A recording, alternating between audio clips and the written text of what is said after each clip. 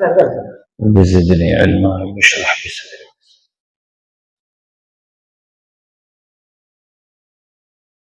إن الحمد لله نحمده ونستعينه ونستغفره ونؤمن به ونتوكل عليه ونعوذ بالله من شرور أنفسنا ومن سيئات சவுண்டை கூட்டம் வேண்டாம், குறைச்சி வச்சிருங்க. நான் சவுண்டு ஸ்டார்டிங்கிறதுனால அப்படி இருக்கும்.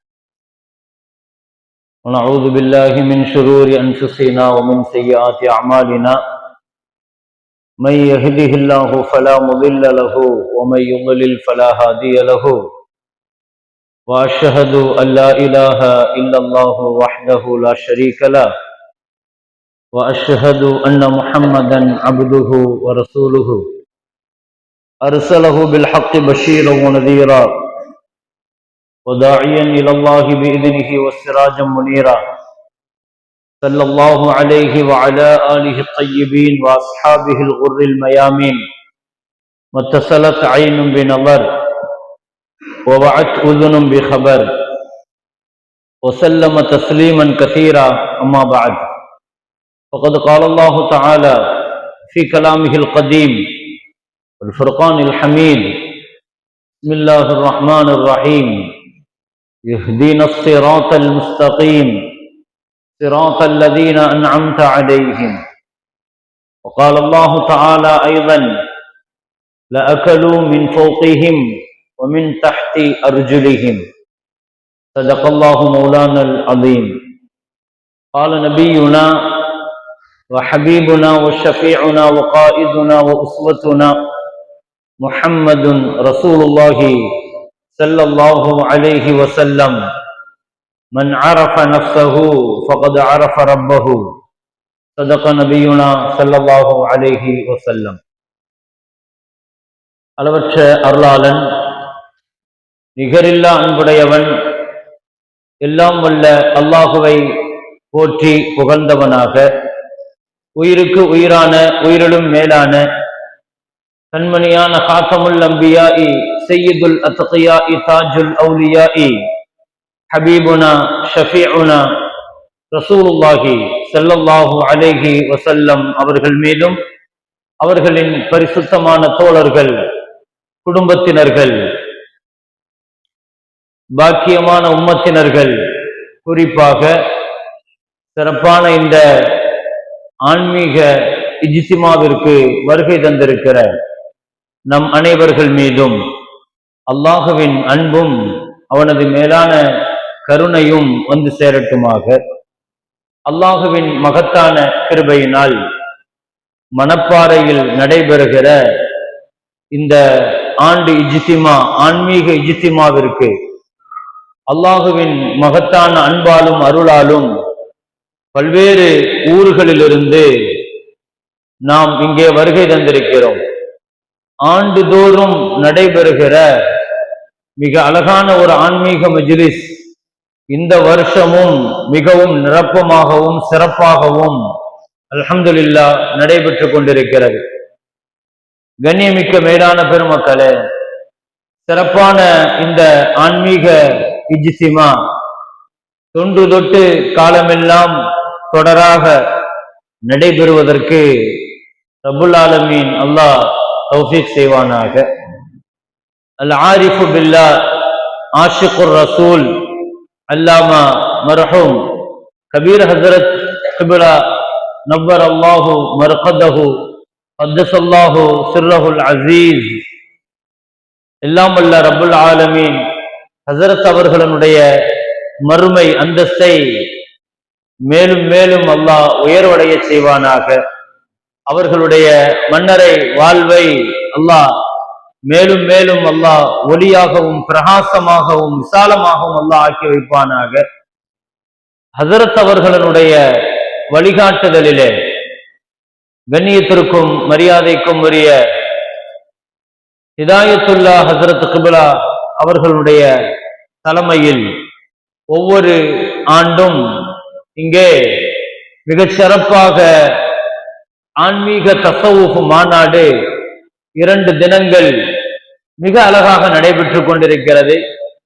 நடைபெற்றுக் கொண்டிருக்கிற இந்த நிகழ்ச்சியில் பங்கெடுத்திருக்கிற சங்கைக்கும் மரியாதைக்கும் உரிய உஸ்தாது பெருந்தகைகளே, மதரசாவினுடைய அசாத்திதாக்களே, மதரசாவினுடைய மாணவர்களே, வருகை தந்திருக்கிற உலமா பெருமக்களே, சிறப்பான மரியாதைக்குரிய நிர்வாக பெருமக்களே, மஸ்ஜிதுகளினுடைய இமாம்களே, முஹிப்பீன்களே, முரீதீன்களே, ஜமாத்தினர்களே, உங்கள் அனைவருக்கும் ஆரம்பமாக என் சலாமை முன்வைத்து என் உரையை துவக்கம் செய்கிறேன்.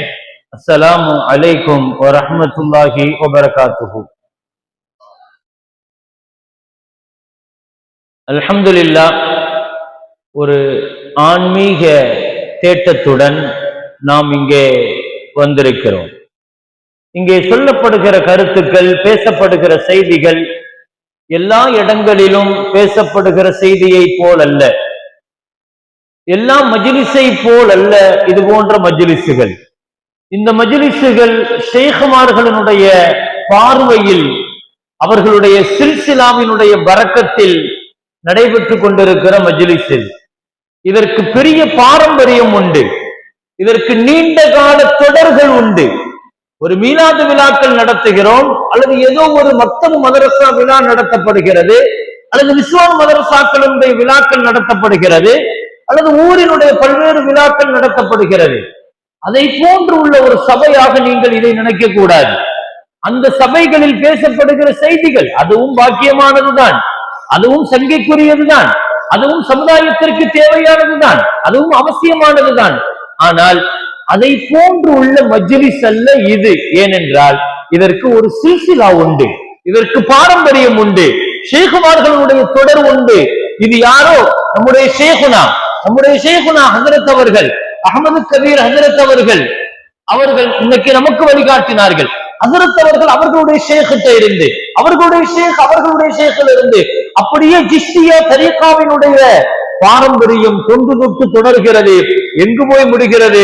ஹஜரத் அலி ரலியல்லாஹு போய் முடியும். இது அஹ்ல பைத்துல போய் முடியும், அது கலீஃபாக்கள்கிட்ட போய் முடியும், அது சஹாபாக்கள்கிட்ட போய் முடியும். அது இங்கே கற்றுத்தரப்படுகிற பேசப்படுகிற செய்திகள் எல்லாம் இந்த மஜ்லிஸிற்கு மட்டும் சொந்தமானதல்ல, ஏதோ கிதாபுகளில் படித்து பேசப்படுகிற செய்திகள் அல்ல, கிதாபுகளின் செய்திகளை பதிவு செய்யப்படுவதல்ல, கிதாபுகளினுடைய அமல்களை பார்த்து இங்கே அமல் செய்யப்படுவதல்ல. இது பாரம்பரிய தொடராக ஹஜரத் அலி ரலியல்லாஹு வரை போய் முடிகிற, சஹாபாக்கள் வரை போய் முடிகிற, அலி ரலியல்லாஹுவிடம் இருந்து முஹம்மது ஸல்லல்லாஹு அலைஹி வஸல்லம் போய் முடிகிற ஒரு பெரிய நூறியத்தான பாரம்பரியம் உண்டு. அந்த சிந்தனையில, அந்த கவனத்துலதான் நம்ம அங்க உட்காரணும்.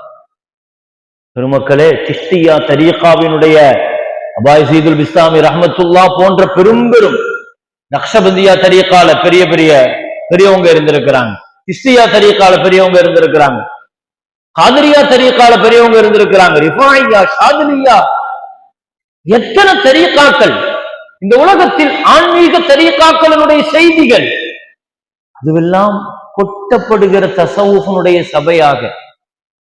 இல்முல் ஆகிர பத்தி நிறைய இடங்கள்ல பேசப்படுது. இது இல்முல் பாத்தின், இல்முல் இஹ்சான், இது தஸவுஃப், இது தஸ்கியா. இது இங்கே பேசப்படுகிற செய்திகளுக்கு தனி முக்கியத்துவம் உண்டு. இது இந்த இல்ம கத்துக் கொடுக்கிறதுக்கு அல்லாஹ் தஆலா வெறுமனே ஸல்லல்லாஹு அலைஹி வஸல்லத்துக்கு வஹியா மட்டும் சொல்லல. இந்த இல்ம கத்துக் கொடுக்கிறதுக்கு யார் வந்தாங்கன்னு நமக்கு தெரியும் தானே.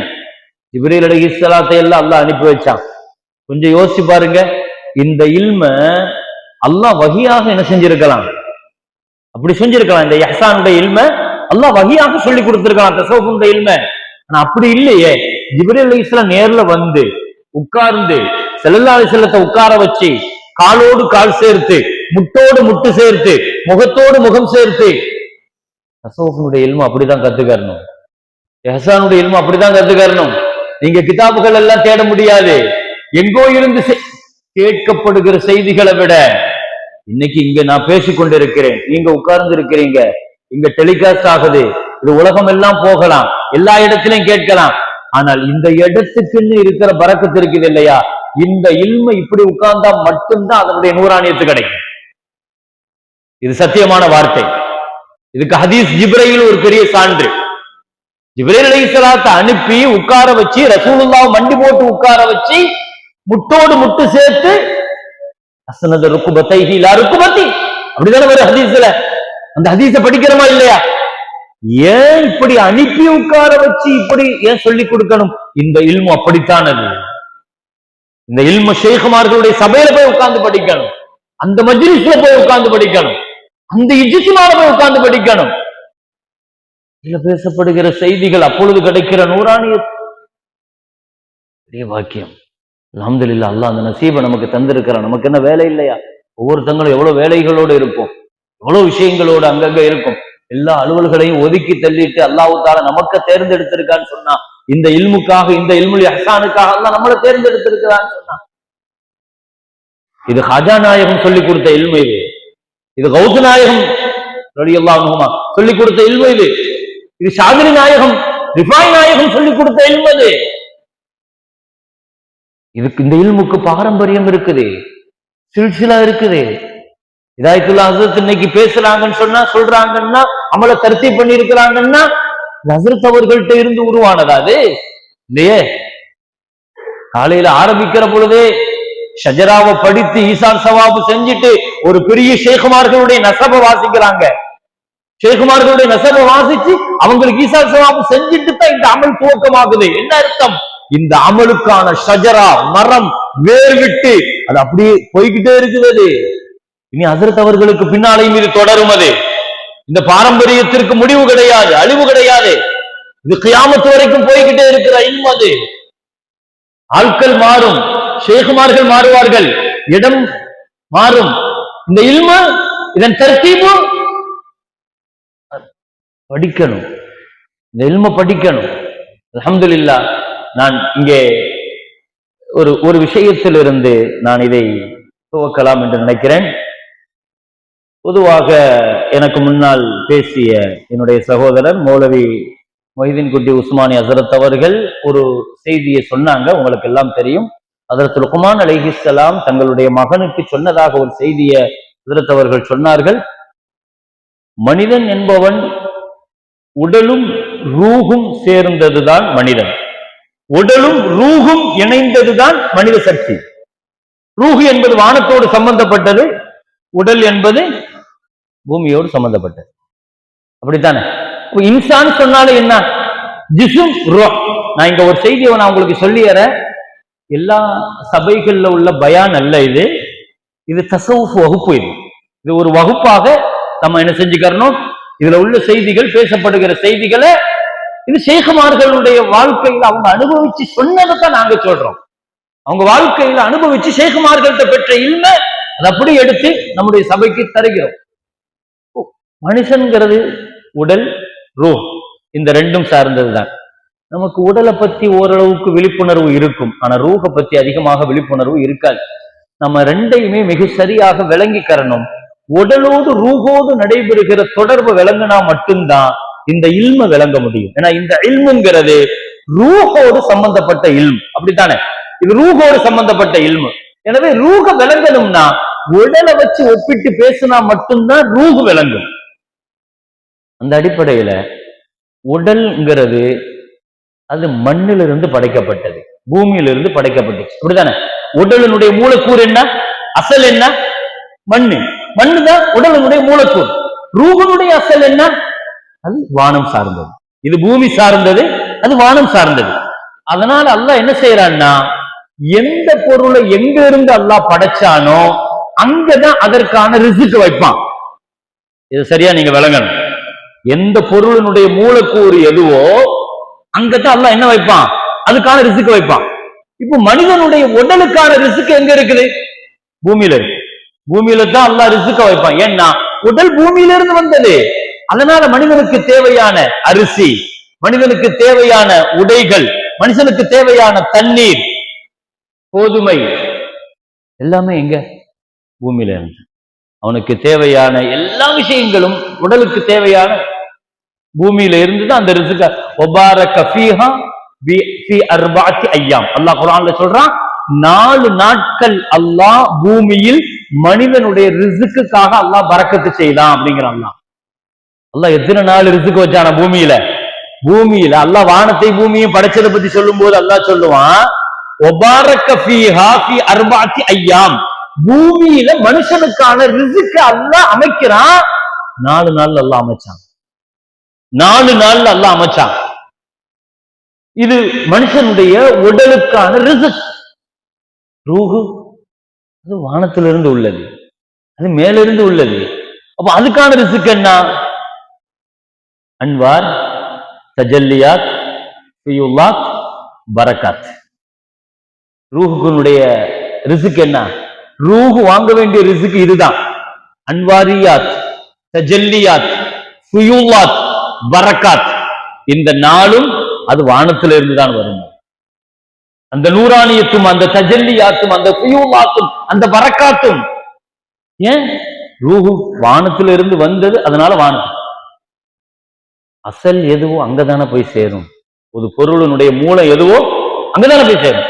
மனுஷனுடைய உடல்ல ரூஹு பிரியுது, பிரிஞ்ச உடனே ரூஹு எங்க போகுது, உடல் எங்க போகுது? ரூஹு முதல்ல வானத்துல போகும். அது வந்த இடத்தை நோக்கித்தான் போகும். அது வானத்துக்கு போயிட்டு தான் திரும்ப கபருக்கு வரும். கேள்வி கணக்கு கேட்கப்படுவதற்கு ரூஹு திரும்ப கபருக்குள்ள வரும் இல்லையா? எங்க போயிட்டு வரும்? அது வானத்துக்கு போகும். 7 வானத்தை தாண்டும். அல்லாஹ்வுக்கு முன்னால போய் சரண்டர் ஆகும், சஜதா செய்யும். அல்லாஹ் சொல்லுவான், யார்? மன் அன்த, நீ யார்? அல்லாஹ் எல்லாத்தையும் கேட்பான். எல்லாத்தையும் சொல்லி முடிச்சிட்டு திரும்ப நீ ரூ போன்னு சொல்லுவான். அல்லாஹ் திரும்ப கபருக்கு வரும், கேள்வி கணக்குக்காக வரும். கேள்வி கணக்க முடிக்கும். உடல் மண்ணுக்கு, ரூஹு மீண்டும் வானத்திற்கு. ரூஹு போகிற இடம் வேற, உடல் போய் சேருகிற இடம் வேற. ஏன்னா அதனுடைய மூலம் அப்படித்தான், அதனுடைய அடிப்படை. அப்ப இரண்டுக்குமான உணவுகள் வேறங்கிற மாதிரி இரண்டினுடைய குணாதிசயங்களும் வேற வேற கூடாது. இரண்டுக்கும் நோய்கள் இருக்கிறது. உடலுக்கு நோய் இருக்குது, அதே மாதிரி ரூஹுக்கு நோய் இருக்கு. உடல் நோய் நமக்கு தெரியும், எத்தனையோ நோய்கள் இருக்குது. உடல் நோயை பத்தி நமக்கு விளக்க வேண்டிய அவசியம் இல்லை. ரூஹுக்கும் நோய் இருக்குது. பொறாமை இருக்குது, கிபிர் பெருமை இருக்குது, குரோதம் இருக்குது, ஷஹவத் இருக்குது. ரூஹுலையும் நிறைய நோய்கள் இருக்குது. உடல்ல எப்படி சுகர் சொல்றோம், பிரஷர் சொல்றோம், கேன்சர் சொல்றோம், எய்ட்ஸ் சொல்றாங்க. உடல் நோய் எவ்வளவு நோய்கள் பேசப்படுது. நவுதுபில்லாஹ். ரூஹுக்கு நோய் இருக்குது. உடல் நோய் அளவுக்கு ரூஹுனுடைய நோய். ரெண்டையும் படிச்சா மட்டும்தான் நம்ம மிகச்சரியா மனுஷனை படிக்க முடியும். இன்சானுங்கிறவன் ரெண்டும் சேர்ந்தது தானே, ரெண்டும் முறக்கமானது தானே. அப்ப உடலை பத்தி நிறைய தெரிஞ்சுக்கிறோம், ரூஹ பத்தி நிறைய தெரியலையே. ரூஹுனா என்ன தெரியலையே. மின் அம்ரி ரப்பி இல்லா கலீலா. அது என் ரப்புனுடைய விஷயம். அது அதனுடைய இல்மு கொஞ்சம் தான் கிடைக்கும்னு அல்லாஹ் சொல்லிட்டான் குர்ஆன்ல. அந்த கொஞ்சம் எங்க கிடைக்கும்? இந்த மாதிரி சபைகள்ல தான் கிடைக்கும், ஆன்மீக சபைகள்ல தான் கிடைக்கும், ஷேகுமார்களுடைய சபைகள்ல தான் கிடைக்கும். அந்த இல்மு, ரூஹுக்கான இல்மு. நோய் தனித்தனியாக இருக்குது, இதற்கான மருத்துவமும் தனித்தனியான மருத்துவம் இருக்கு. மருத்துவம் தனித்தனியாக இருக்கிறது. டாக்டர்கள்ல சொல்லுவோம் இல்லையா, டாக்டர்கள்ட்ட எவ்வளவு டாக்டர்கள் சொல்றோம், இவர் இந்த துறையில சிறந்தவர், இவர் எம்எஸ், இவர் சர்ஜன், இவர் எம்டி. டாக்டர்கள் எப்படி வகை பிரிக்கிறோம், அதே மாதிரி ஆன்மீக நோய்க்கான மருத்துவர்கள், உலமாக்கள், ஷேகுமார்கள், சாலிஹீன்கள், இதுலயும் தரம் உண்டு. இதுல தரம் உண்டு. எப்படி? உடல் மருத்துவத்திற்கு English, allopathy, homeopathy, Unani, Siddha, Ayurvedic. ஆன்மீகத்திற்கு காதிரியா, சிஷ்தியா, நக்ஷபந்தியா, ரிஃபாயியா, ஷாதுலியா. இதெல்லாம் எப்படி? உடல் ரீதியான மருத்துவத்திற்கு இத்தனை மருத்துவ முறைகள் இருக்குது. ஆன்மீகத்திற்கும் இப்படி மருத்துவர்கள் இருக்கிறார்கள். ரொம்ப சின்ன நோயா இருந்தா உலமாக்கள்கிட்ட போயிடுங்க. கொஞ்சம் அதை விட மனநோய் பெருசு அதிகமாக இருந்துச்சுன்னா ஷேகுமார்கள்ட்ட போங்க. அதையும் தாண்டிட்டேன்னு சொன்னா அடுத்த கட்ட ஷேகுமார்கள்ல சாலிஹீன்கள் போங்க. சாலிஹீன்கள்ட்ட அடுத்த தரங்கள் இருக்கிறது. இதுல எப்படி தரங்கள் இருக்குதோ, இதுல எப்படி முறைகள் இருக்குதோ. கண்ணியமிக்க மேலான பெருமக்களே, இங்கே உடல் குறித்து நாம் படித்த அளவுக்கு மனரீதியான ரூஹு குறித்து நாம் அதிகமாக படிக்கவில்லை. அதை சொல்லித் தருகிற ஆன்மீக ஷேகுமார்கள். ஒரு மனுஷன் நோயில இருந்து ஆஃபியத்தும் ஷிஃபாவும் பெறணும்னா என்ன தேவைங்க? நான் உடல் ரீதியா நோயை சொல்றேன். நான் இதே ஃபார்மட் தான் அதுக்கும் உண்டு. நான் இந்த ஃபார்மட் அப்படியே அதுல அப்ளை பண்றேன். நீங்க அதை அப்படியே அதுல யோசிங்க. ஒரு நோயில இருந்து ஒருத்தன் தன்னை பாதுகாக்கணும்னா என்ன தேவை? 4 விஷயம் இருந்தா மட்டும்தான். 4 விஷயத்தை கடைபிடிச்சா மட்டும்தான் அவன் நோயில இருந்து காப்பாற்றப்பட முடியும். ஒண்ணு என்ன? முதல் விஷயம், தனக்கு நோயின் தெரியணும். அப்படிதானே? நோயின் தெரியலன்னா ஒரு தம்பி வைத்தியம் பார்ப்பானா? தனக்கு நோய் இருக்குன்னு தெரியணும். முதல்ல அதை அறியணும் அவன். இதுதான் முதல் நிலை. ஒரு உடல் நோய் ஒருத்தனுக்கு இருக்குதுன்னா, தனக்கு ஏதோ பிரச்சனை இருக்குதுன்னா, தனக்கு ஏதோ சுகர் இருக்குது, தனக்கு ஏதோ பிரஷர் இருக்குது, அல்லது கிட்னி சம்பந்தப்பட்டது, ஹார்ட் சம்பந்தப்பட்டது, லங் சம்பந்தப்பட்டது, எனக்கு என்ன பிரச்சனை இருக்குதுன்னு தெரியணும் இல்லையா? முதல்ல ஒரு நோயாளி முதல்ல தன்னுடைய நோயை விளங்கலன்னா அவன் எங்க இருந்து அவன் சிவா பார்ப்பான்? அவன் எங்க இருந்து ஆரோக்கியத்தை தேடுவான்? ஒரு காலத்துல அவன் தேட மாட்டான், ஆரோக்கியம் தேடவே மாட்டான். முதல்ல என்னன்னா, முதல்ல அவனுக்கு தெரியணும், தன்னை தெரியணும், தனக்கு இருக்கிற பிரச்சனை தெரியணும். ஏன் சாப்பிட்டா ஜீரணமாகல, என்ன செய்யுது, ஏன் வாமிட்டிங் சென்ஸ் இருக்குது, ஏன் மோஷன் ஆகுது, ஏன் டைஜஸ்ட் ஆகல, நான் பிரச்சனை முதல்ல புரியணுமா இல்லையா? சரி, இது முதல் விஷயம். ஒரு நோயாளி முதல்ல நோயை தெரியணும். தெரிஞ்சாதான் சிகிச்சைக்கு அடுத்து ஸ்டெப் எடுத்து வைப்பான். ரெண்டாவது என்ன? ரெண்டாவது விஷயம் என்ன? டாக்டர்கிட்ட போகணும், மருத்துவர்கிட்ட என்ன செய்யணும்? போகணுமா இல்லையா? அவர் மட்டும் அப்படி இருக்கிறாரு, எதையுமே செய்யறது இல்லை. மூன்றாவது, மருத்துவர்கிட்ட போனா மருத்துவர் என்ன தராரோ அந்த மருந்தை எடுக்கணும். அப்படிதானே? நோய் இருக்குதுன்னு தெரிஞ்சிருச்சு, மருத்துவர்கிட்டையும் போயிட்டாரு, மாத்திரையும் கொடுத்துட்டாரு. ஆனா அவர் மாத்திரை என்ன செய்யல, எடுக்கல. குணமாகுமா? டாக்டர் வரைக்கும் போயிட்டாரு, குணமாகுமா? சரி, இந்த 3 மருந்து எடுத்துட்டாரு, டாக்டர்டையும் போயிட்டாரு, நோயும் தெரிஞ்சுக்கிட்டு, 3 மட்டும் போதுமா? 4வது ஒண்ணு இருக்குது. என்ன? அதற்கு பெயர் ஹிம்யத், பத்தியம். சொல்லுவாரு, இதை சாப்பிடும் போது இதை செய்யாத, இப்படி செய்யாத, இதை கண்ட்ரோல் பண்ணு, இதை செய்யாம இருந்தா தான் இது வேலை செய்யும். டாக்டருக்கு சொல்லுவாங்களா இல்லையா? எந்த டாக்டராவது ஹிம்யத்தை சொல்லாம அனுப்பி இருக்கிறாங்களா? மாத்திரையை மட்டும் தந்துட்டு நீ மாத்திரை சாப்பிட்டுக்கோ, என்ன வேணாலும் செஞ்சுக்கோ, எந்த டாக்டரா சொல்லுவாங்களா? சுகருக்கு மாத்திரை தராருன்னா சர்க்கரையை சேர்க்காதுன்னு சொல்லுவாரு. பிரஷருக்கு மாத்திரை தராருன்னா எதை சேர்க்காதம் பாரு, உப்பு எடுத்துக்காரும் பாரு. ஹார்ட்டுக்கு மாத்திரை கொடுக்கிறாருன்னா என்ன செய்வாரு? கொலஸ்ட்ரால கண்ட்ரோல் பண்றதுக்கு மாத்திரை, ஆயில் ஐட்டத்தை குறைங்க சொல்லுவாரா, சொல்ல மாட்டாரா? சுகர் எடுக்காதீங்க, உப்பு எடுக்காதீங்க, ஆயில் எடுக்காதீங்க. இதற்கு பெயர் ஹிம்யத். எதை எடுங்கன்னு சொல்ற டாக்டர், எதை எடுங்கன்னு சொல்ற டாக்டர் எடுக்க கூடாது சொல்லணுமா இல்லையா? ஸல்லல்லாஹு சொன்னாங்க, அல் ஹிம்யத்து ரஅஸு குல்லி தவா. என்ன செய்யக்கூடாதோ அந்த பத்தியத்தை கடைபிடிக்கிறது தான் மருந்துல சிறந்த தலையான மருந்துன்னாங்க ஸல்லல்லாஹு. இவர் மருந்து எல்லாம் எடுத்துக்கிட்டே இருப்பாரு, அதையும் செஞ்சுக்கிட்டே இருப்பாரு. அட, ஏசி ரூம்ல ஏசியை போட்டு வச்சோம், ஏசி ரூம்ல ஏசியை போட்டு வச்சோம், கதவு திறந்து வச்சுட்டாரு, ஏசி நிக்குமா? கூல் நிக்குமா? அதே மாதிரி தான். சரி, இது உடல். ஒரு உடல் ரீதியான நோய்க்கு இந்த 4 விஷயங்கள் ரொம்ப பிரதானமானது. நோயை தெரியணும், மருத்துவரை தேடணும், மருந்து எடுக்கணும், பத்தியம் கடைபிடிக்கணும். இந்த 4ம் ஆன்மீகத்துக்கு ரூஹுக்கும் உண்டு, ரூஹுனுடைய நோய்க்கும் உண்டு. எங்கட கிபர் இருக்குது, எங்கட பெருமை இருக்குது, என் உள்ளத்துல ஷஹ்வத் இருக்குது, எங்கிட்ட புகுல் இருக்குது, கீனா இருக்குது, ஹசத் இருக்குது, எல்லா கழிவுகளும் கசடுகளும் இருக்குது கல்புல. எப்படி வெளியே நோய் இருந்தா அவன் ஆக்டிவா இருக்க மாட்டானோ, உடல் நோய் என்னங்க செய்யும்? உடல் நோய் என்ன செய்யும்? நம்மள ஆக்டிவ் இல்லாம பண்ணும். கல்பு நோய் என்ன செய்யும்? நம்ம அமல்களை ஆக்டிவ் இல்லாம பண்ணிடும். அமல்கள்ல குர்ஆனை தூக்கி ஓதுனா இன்ட்ரெஸ்ட் வராது, ஒரு இஸ்திக்ஃபாருக்கு தஸ்பீஹை தூக்குனா இன்ட்ரெஸ்ட் வராது, பாவங்கள்ல அவ்வளவு இன்ட்ரெஸ்டா இருக்கும்.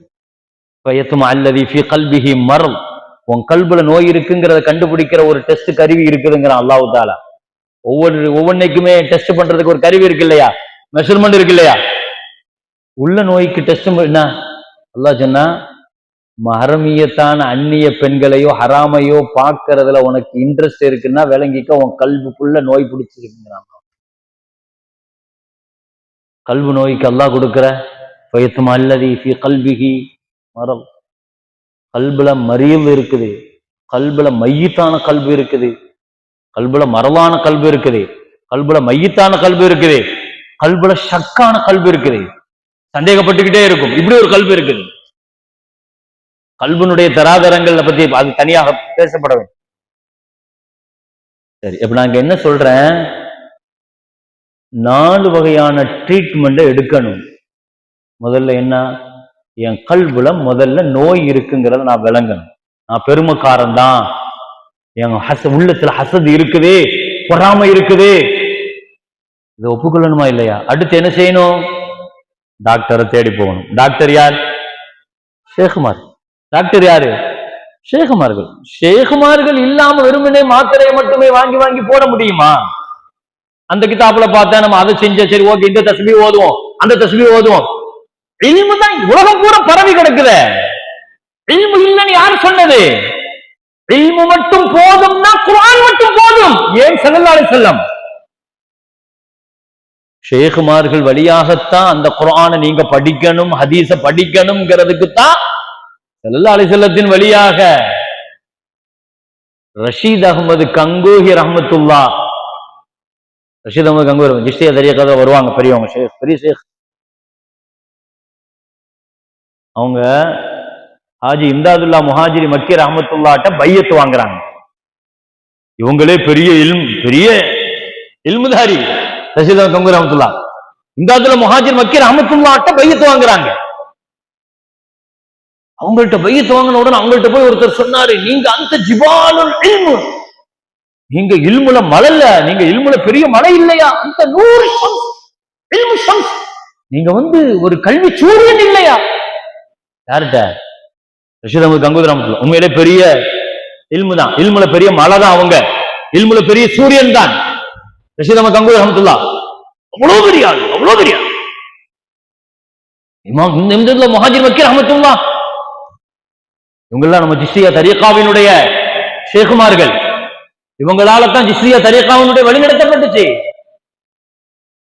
மக்களே, உலகத்துல உள்ள 4 தரீகாக்கள் அல்லாஹ் ஒவ்வொன்னையுமே 4 இது அல்லாஹ் தேர்ந்தெடுத்தான். கிலாபத்துக்கு எப்படி அபூபக்கர், உமர், உஸ்மான், அலி அல்லாஹ் எப்படி தேர்ந்தெடுத்தானோ அதே மாதிரி ஒவ்வொரு துறையிலையுமே அல்லாஹ் 4 அல்லாஹ் தேர்ந்தெடுப்பான். நீங்க பாத்தீங்கன்னா தெரியும். அதே மாதிரி மக்பூலியத்தான அல்லாஹ் 4 தரீகாக்களை தேர்ந்தெடுத்தான். அந்த 4 தரீகாக்கள் காதிரியா, ஜிஷ்தியா, நக்ஷபந்தியா, சுஹ்ரவர்தியா.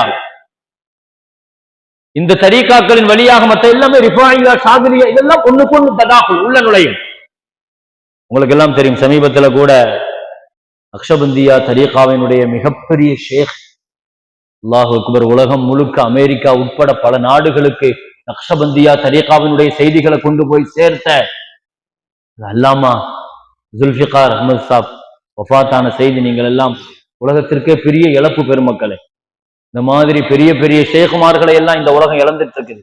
நம்ம வாழ்ந்துட்டு இருக்கிற காலகட்டத்தில் இப்படி ஒரு ஷேகனுடைய மௌத்தை நம்ம பார்க்கிறோம் சொன்னா உண்மையில எத்தனை பேர்களுக்கு அதனுடைய வழி தெரியும், வேதனை தெரியும் என்று தெரியல. அவங்களுடைய இல்மு உலகம் பூரா எப்படி போச்சுங்கிறது தெரிஞ்சவங்களுக்கு தான் தெரியும். பெருமக்களே, உலகம் முழுக்க அவங்க எழுதுனாங்க. ரஷ்யால கம்யூனிஸ்ட் முஸ்லிம்களுக்கு எதிராக பெரிய பெரிய புரட்சியை எடுத்த பொழுது அந்த காலகட்டத்துல ஷேகுமார்கள் எப்படி ரஷ்யாவுல இஸ்லாத்தை பாதுகாத்தாங்கன்னு ஒரு நூல் எழுதியிருக்கிறாங்க. படிக்க படிக்க அற்புதமான நூல் அது. நக்ஷபந்தியா தரீகாவினுடைய பெரிய முஜத்திதி, அவங்க முஜத்தித் அல்ஃபசானி ரஹ்மத்துல்லாஹ்வுடைய பெரிய ஷேக்.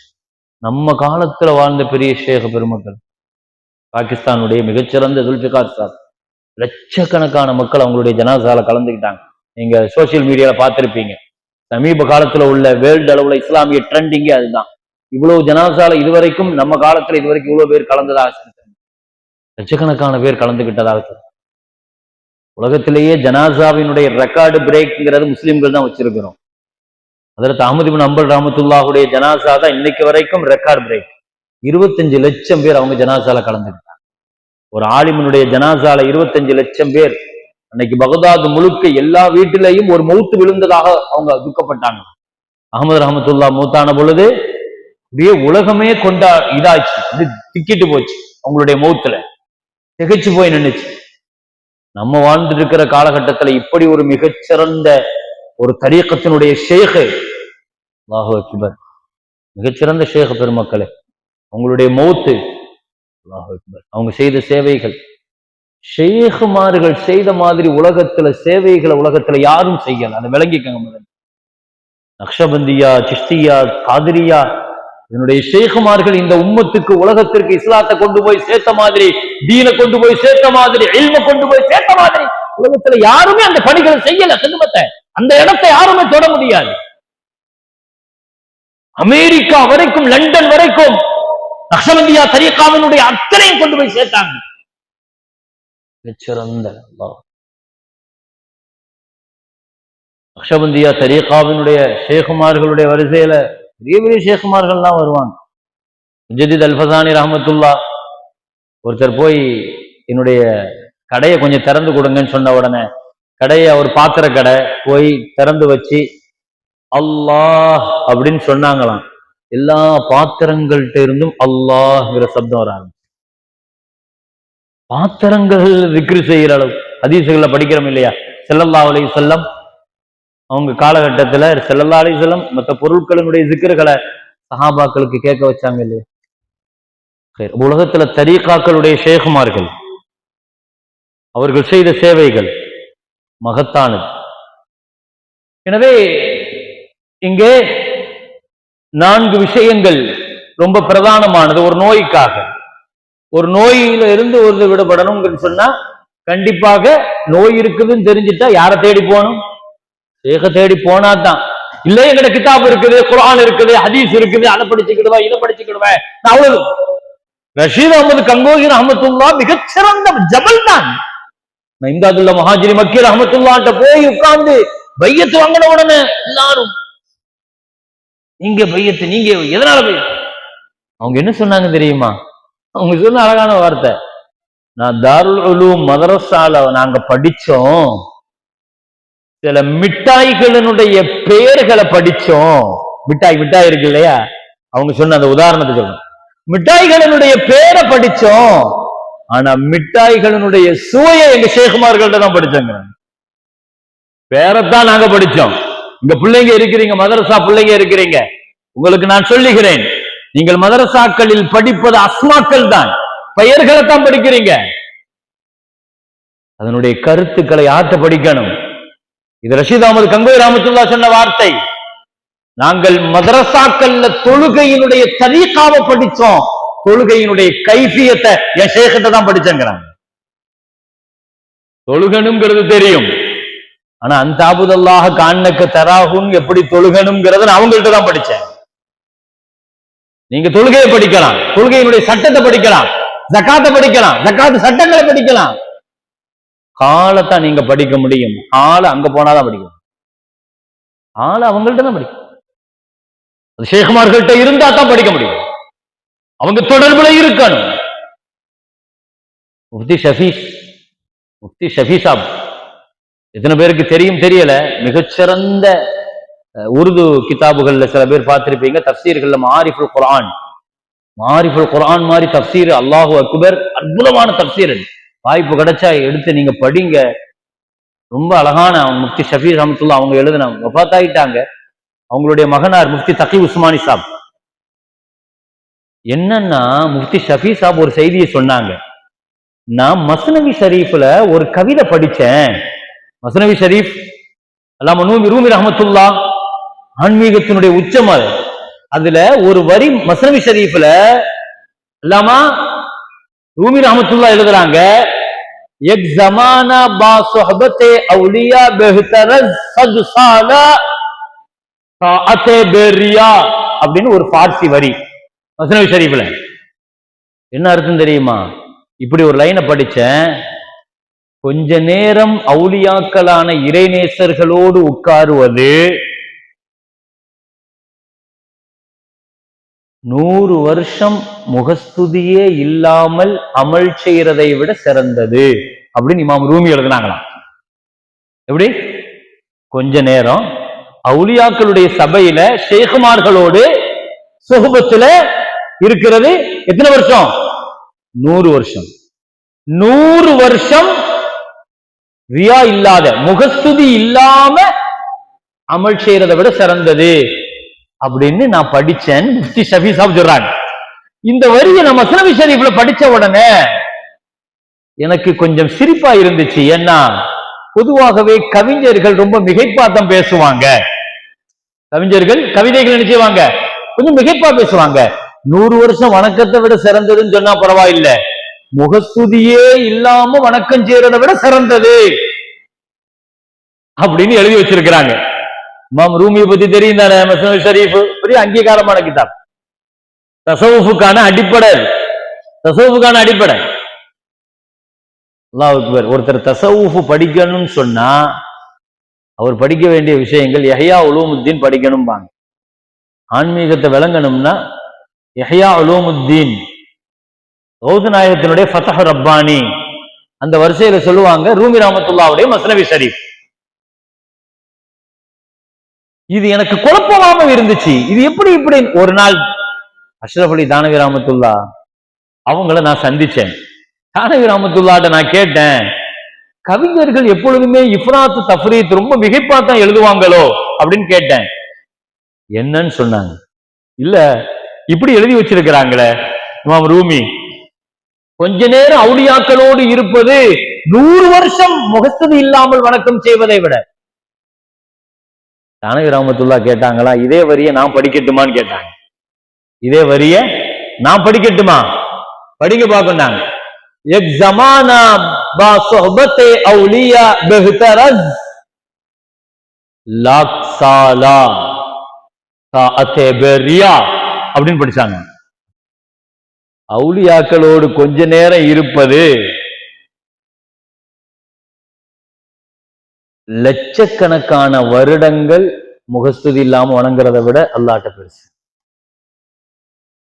100 வருஷமே பிரச்சனையா இருக்குன்னு சொல்லும் போது நீங்க லட்சக்கணக்கான வருஷம் அப்படின்னு நான் கேட்டேன். முஃப்தி ஷஃபி சாப் சொல்றாங்க, இது என்ன இப்படி எப்படி இப்படி சொல்றீங்க? அதுக்கு என்ன சொன்னாங்க தெரியுமா? அழகான விளக்கம் சொன்னாங்க. சைத்தான் தெரியுமா, இப்லீஸ் தெரியுமா, எத்தனை வருஷமாக அவன் இபாதத்து செஞ்சான்? லட்சக்கணக்கான வருஷம் இபாதத்து செஞ்சான். என்னாச்சு? கடைசியில ஈமான் கொடுத்துட்டான். ஈமான் என்ன செஞ்சுட்டான்? சரி கொடுத்து. குர்ஆன்ல அல்லாஹ் சொல்றான், பல்ஆமுன்னு ஒருத்தனுடைய வரலாறு சொல்றான். 300 வருஷம் இபாதத்து செஞ்சான். வமஸலஹு கமஸலில் கல்பு, அவன் நாயை போன்றவன் என்று அல்லாஹ் தஆலா சொல்றான். 300 வருஷம் வணக்கசாலி ஈமான கொடுத்துட்டான். ஆனா ஸல்லல்லாஹு அலைஹி வஸல்லம் சொல்றாங்க, லா யுஷ்கா பிஹிம் ஜலீசுஹும், இறை நேசர்களுடன் இருப்பவர்கள் ஈமானை பறிகொடுக்க மாட்டார்கள். நான் இப்ப சொல்லுங்க, அவுலியாக்களோடும் இறைநேசர்களுடையும் அவருடைய சுகபத்துல இருக்கிறவங்க வணக்கங்கள் எப்படி பாதுகாக்கப்படுது, ஈமான் எப்படி பாதுகாக்கப்படுது? அப்படியானால் எத்தனையோ லட்சங்கள் வருடங்கள் நீங்கள் வணக்கம் செய்யறதை விட அவுலியாக்களுடைய தொடர்புல இருந்த ஈமானுக்கு சேஃப்டி இருக்குது. ஈமானுக்கு சேஃப்டி இருக்குது. ஆனா என்ன, கொஞ்ச நேரம் இருக்கிறதுங்கிற வார்த்தை இமாம் ரூமி சொல்றாங்க, அவுலியாக்களினுடைய தொடர்புல கொஞ்ச நேரம் இருக்கிறதுல அவ்வளவு கஷ்டம் இருக்கு. அவ்வளவு சீக்கிரத்துல இந்த மாதிரி சபைகளுக்கெல்லாம் ஷைத்தான் வர்றதுக்கு என்ன செய்ய மாட்டான், விட மாட்டான். இந்த நல்ல செய்திகள் எல்லாம் கேட்க செஞ்சிட மாட்டான். மூசா அலைஹிஸ்ஸலாம் தேடி போனாங்க இல்லையா? மூசா அலைஹிஸ்ஸலாம் சத்தஜிதுனி இன்ஷா அல்லாஹு சாபிரன் வலா அஸிலக அம்ரா, இன்ஷா அல்லாஹ் நான் பொறுமையா இருப்பேன், உங்களுக்கு மாறு செய்ய மாட்டேன். இதுல என்ன அர்த்தம் தெரியுமா? இன்ஷா அல்லாஹ், அல்லாஹுடைய ரஹ்மத்து நாட்டை இருந்தா மட்டும்தான், நசீப் இருந்தா மட்டும்தான் நமக்கு இந்த இது கிடைக்கும்னு அர்த்தம் இந்த ஆயத்து. அதான் சபரோடு இருக்கணும்னு அர்த்தம். 3 விஷயத்துல கூட சபரோடு இருக்கல. ஹித்ர் அலைஹிஸ்ஸலாம் சொன்னாங்களா, அஅதத்து லிமூஸா பின் இம்ரான் அல்ஃப மஸ்அலா ஃபலம் யஸ்பிர் அலா 3 மசாயில். ஹித்ர் அலைஹிஸ்ஸலாம் சொன்னாங்களா, நான் மூசா நபிக்கு கத்துக் கொடுக்கணும்னு நினைச்சது 1000 மசாயிலுங்கிறாங்க. அவர் பிறந்ததுல இருந்து இன்னைக்கு வரைக்கும் உள்ள அவர் வாழ்க்கையில உள்ள 1000 பிரச்சனைகளை நான் கத்துக் கொடுக்கலாம்னு நினைச்சேன். ஆனா ஒரு 3 விஷயத்துல கூட அவர் சபரா இருக்கல. 3 விஷயத்துல கூட அவரால் சபரா இருக்க முடியல. ஸல்லல்லாஹு அலைஹி வஸல்லம் சொன்னாங்க, ரஹிமல்லாஹு மூசா, அல்லாஹ் மூசா அலைஹிஸ்ஸலாத்திற்கு அல்லாஹ் தஆலா பரக்கத் செய்யட்டும், ரஹ்மத் செய்யட்டும், ரஹ்மத் செய்யட்டும். ஏன் கொஞ்சம் பொறுமையா இருந்திருக்கலாம், ஹிதர் அலைஹிஸ்ஸலாத்திட்ட இருந்து நிறைய விஷயங்கள் கிடைச்சிருக்கும் இல்லையா அப்படின்னு. சரி, அப்ப நாங்க என்ன சொல்ல வரேன், அவுலியாக்கள் வலிமார்களுடைய சொஹபத்துல நம்ம என்ன செய்யணும், அவங்களுடைய தொடர்புல நம்ம போகணும். ஒரு நோயில, உடல் ரீதியான ஒரு நோயை நம்ம 4 விஷயங்கள் இருக்குது. நோயை தெரிகிறது, நோய்க்குண்டான சிகிச்சைக்கான ஆட்களை தேடுறது, மருந்தை எடுத்துக்கிறது, தவிர்த்து கொள்ள வேண்டியதை பத்தியது. அதே மாதிரி தான் உடல் உள்ள நோய்க்கு முதல்ல உள்ளத்துல நோய் விளங்குறது, 2வது ஷேகுமார்களை தேடுறது, அவங்களுடைய தொடர்புல போய் இருக்கிறது, 3வது என்ன, மஅமூராத். 3வது என்ன, ஷேகுமார்கள் கொடுக்கிற, டாக்டர்கள் கொடுக்கிற மாத்திரை எடுக்கணுமா இல்லையா? புரியுது தானே நான் சொல்ற வருகிற செய்திகள்? புரியுது தானே? தயவு செய்து நான் இதை ஒரு பயானா இது பண்ணிக்கல, நீங்க இதை ஒரு பாடமாக எடுக்கணும். ஏன்னா உடல் ரீதியான நோய்க்கும் சிகிச்சைக்கும் பெரிய அளவுல முக்கியத்துவம் கொடுக்கிறோம், அதை பத்தி நிறைய விஷயங்களை தெரிஞ்சுக்கிறோம். இது தெரியணுமா இல்லையா? இதுதானே அசலானது. ஷேகுமார்களை தேடுங்க, தேடி பிடிங்க, பையத்து வாங்குங்க. வாழ்நாள்ல பையத்து இல்லாம நம்ம ஒரு இரவு கூட கழியக்கூடாது. ஷேகுமார்களுடைய தொடர்புகள்ல இருக்கிற பொழுது நான் சொன்ன இந்த நாளும் நம்முடைய ரூஹுக்கு கிடைக்கும், நம்முடைய ரூஹுக்கு கிடைக்கும். என்ன ரூஹுனுடைய உணவு? என்ன? நூரியாத், தஜல்லியாத், ஃபுயூலாத், பரக்காத். இது யார் வழியா கிடைக்கும்? யார் வழியா கிடைக்கும்? ஷேகுமார், சாலிஹின்கள் வழியா, மஷாயிஹ்மார்கள் வழியா, இவங்களுடைய சில்சிலாக்களின் வழியாக. தயவு செய்து வாழ்நாளில் பைஅத் இல்லாமல் என் வாழ்க்கையை நான் முடிச்சிடக்கூடாது அப்படிங்கிற உறுதி எடுத்துக்கணும். இன்ஷா அல்லாஹ் உறுதி எடுத்துக்கலாமா?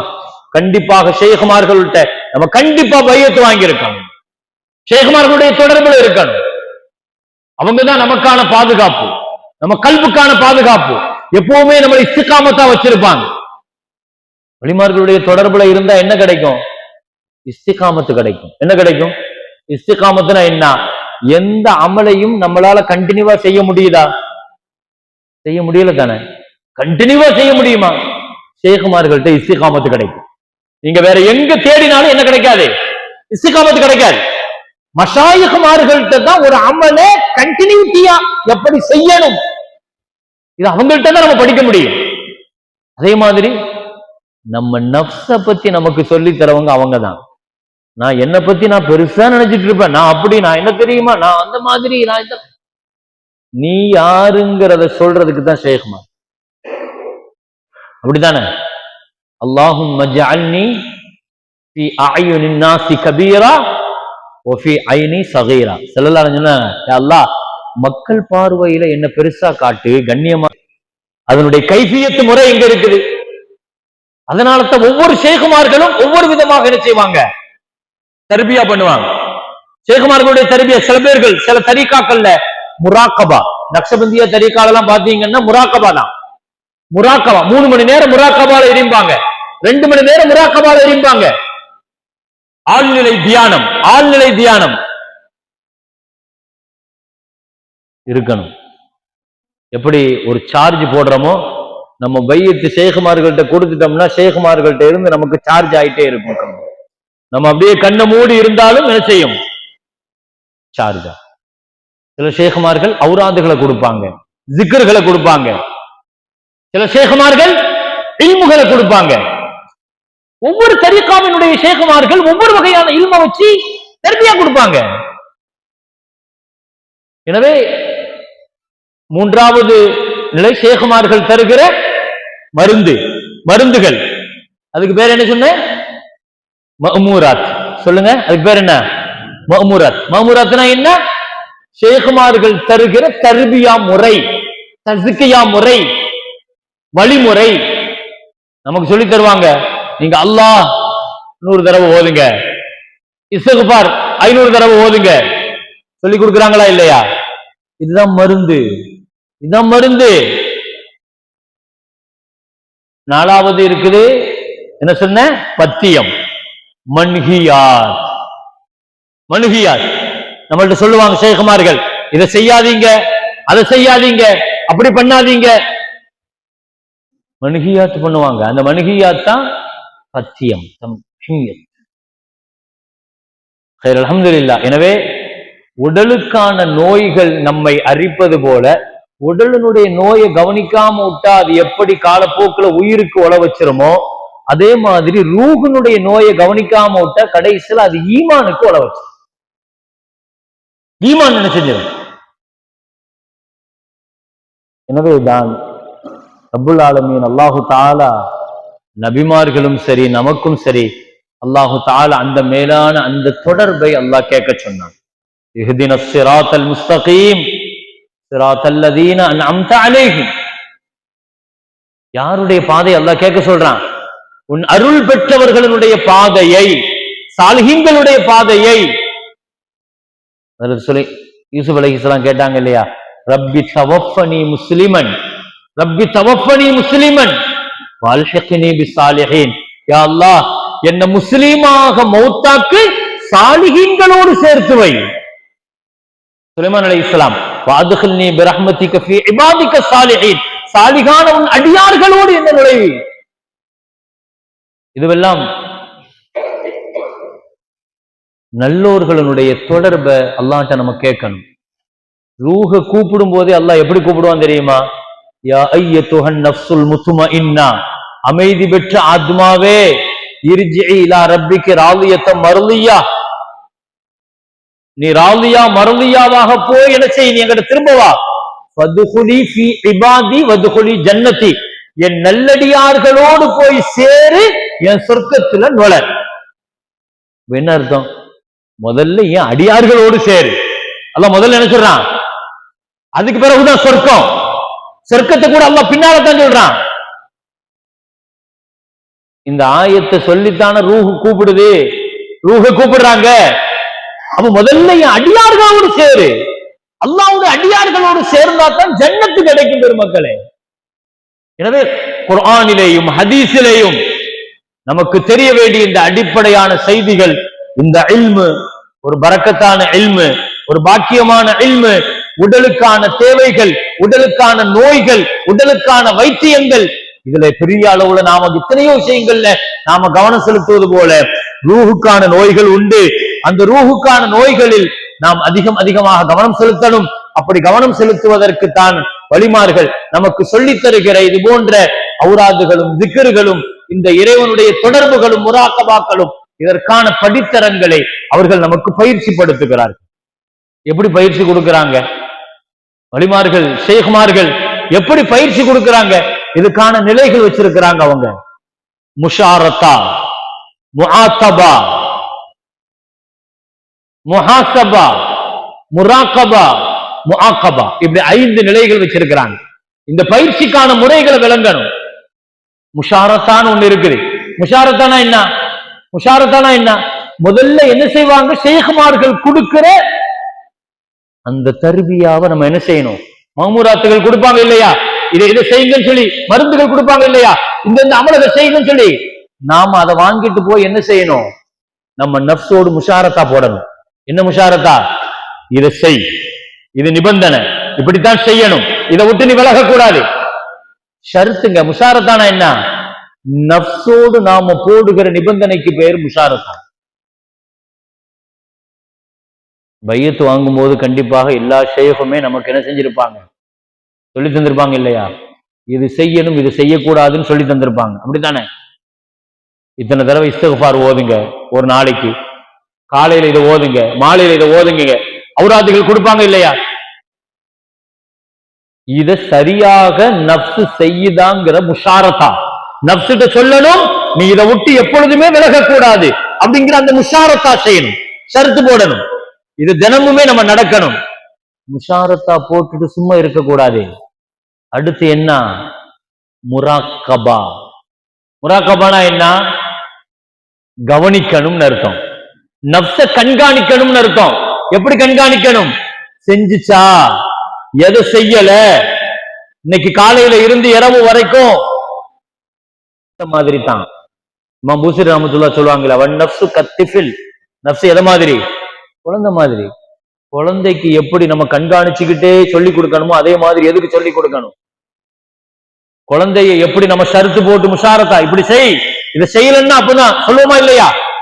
கன்ஃபார்ம் ஆயிடுச்சுன்னா முஆத்தபா, கண்டிக்கணும். முஆத்தபா நஃப்ஸ என்ன செய்யணும்? கண்டிக்கணும். இப்படி செஞ்சுட்ட நீ. அடுத்து என்ன?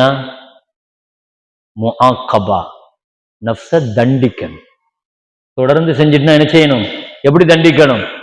ஒரு தப்பு செஞ்சுட்டா நான் 20 ரக்காத்து தொழுகுவேன், 3 நாள் நோன்பு வைப்பேன், இதெல்லாம் நஃப்ஸுக்கு கொடுக்கிற தண்டனை. நான் சதக்கா கொடுப்பேன், நான் ஒரு குர்ஆனை ஃபுல்லா ஓதுவேன், 10 ஜுஸ் ஓதுவேன், உம்ரா செய்வேன். நஃப்ஸுக்கு என்ன கொடுங்க? முஆக்கபா, நஃப்ஸ அமல்கள்ல கூட தண்டிக்கணும். இந்த 5 நிலைகளை கொண்டு ஷேகுமார்களுக்கும் நமக்குமான அந்த உறவுகளை பலப்படுத்தி கொள்ளணும். காலமெல்லாம் அதை இறுக பற்ற பிடித்துக் கொள்ளணும். இதை தொடர்ந்து செய்தால் மட்டும்தான் உடல் நோயிலிருந்து நம்மை பாதுகாப்பது போல ரூஹனுடைய நோயை விட்டும் நம்மை பாதுகாப்பதற்கான மிகச்சிறந்த வழிகளாக கிடைக்கும்.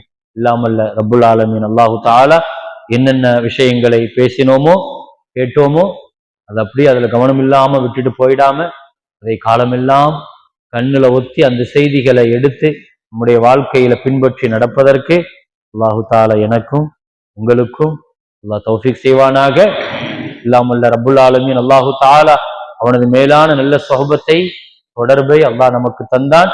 அந்த ஷேகுமார்களோடு காலமெல்லாம் இந்த துன்யாவில் இருந்து நம்முடைய மரணத்திலேயும் ஷேகுமார்களுடைய தொடர்பிலே இருந்து நாளை மறுமையிலேயும் அவர்களோடு நாளை ஜன்னத்தை அனுபவிக்கிற நசீபை அல்லாஹ் நபிகள் நாயகம் ஸல்லல்லாஹு அலைஹி வஸல்லத்தோடு இல்லாமல் ரப்புல் ஆலமீன் அல்லாஹ் நமக்கும் நம்மை பெற்றெடுத்த தாய் தந்தையர்கள் மனைவி மக்கள் உற்றார் உறவினர்கள் யாவருக்கும் அல்லாஹ் நசீபாக்கி தந்தருள்வானாக.